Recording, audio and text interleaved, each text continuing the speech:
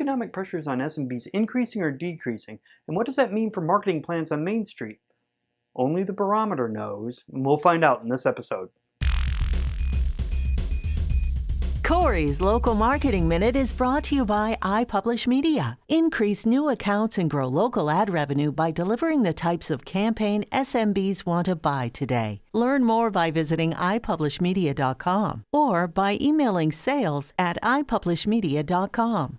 And now, the shaman of local marketing, Corey Elliott. Hello everybody. For loyal viewers of the Minute, you'll see that I'm not wearing my glasses. This was not on purpose. I forgot them at home. They're nice because they kind of break up this giant melon. Anyway, the barometer, or specifically, Burrell's Business Barometer. Every quarter or so, we ask the same questions for our SMB panel about the economic outlook, and is it good for a small or medium business? Generally get a sense of what's on their minds. Well, this latest barometer took a turn. I will show you. Okay, let's first establish a timeline. August of 2020 to August of 2021. Okay, one of the questions we ask is, over the past 6 months, do you think it's gotten easier or harder to sustain a small business in the US? And yes, these are reading glasses, so this ought to be fun. Let's go way back to a year ago, where 89% of small businesses said it's been harder to sustain a small business over these past 6 months. Only 3% said easier, okay? Since then, the best it got to was in May of 2021.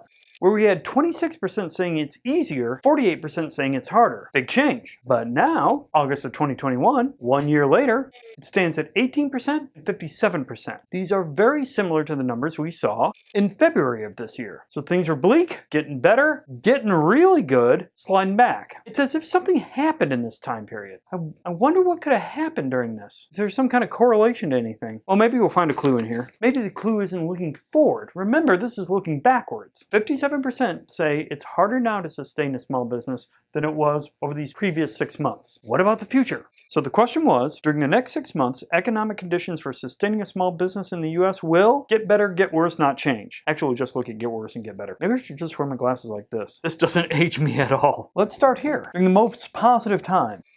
So looking forward, 47% of SMBs said, hey man, this is going to get better. Only 19% said worse. That's really similar to February of this year. So we see a sustained optimism when it comes to looking forward 6 months. So what about now? Now it's 14% say it's going to get better and 40% saying it's going to get worse. And those are really similar numbers to November of 2020. Now, I don't know if you've been keeping up with headlines or recent US history, but we had this thing called the election right then. And all of the events that went on around and during it. But you get past this point, optimism starts to come back and then gone again. Again, why? Just wish there was something. Did anything else ebb and flow during this time? I just can't put my finger on it. Again, let's turn to the barometer. Maybe they'll have a clue.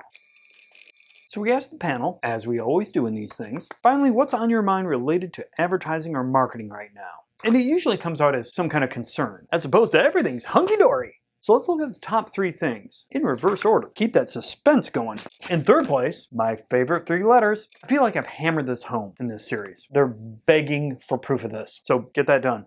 Number 2 is concerns about targeting. Who to target, how to target, when to target. Am I targeting too much? But number 1, remember, we're looking for some kind of clue that can help us answer why these local businesses might be less optimistic than they were in May.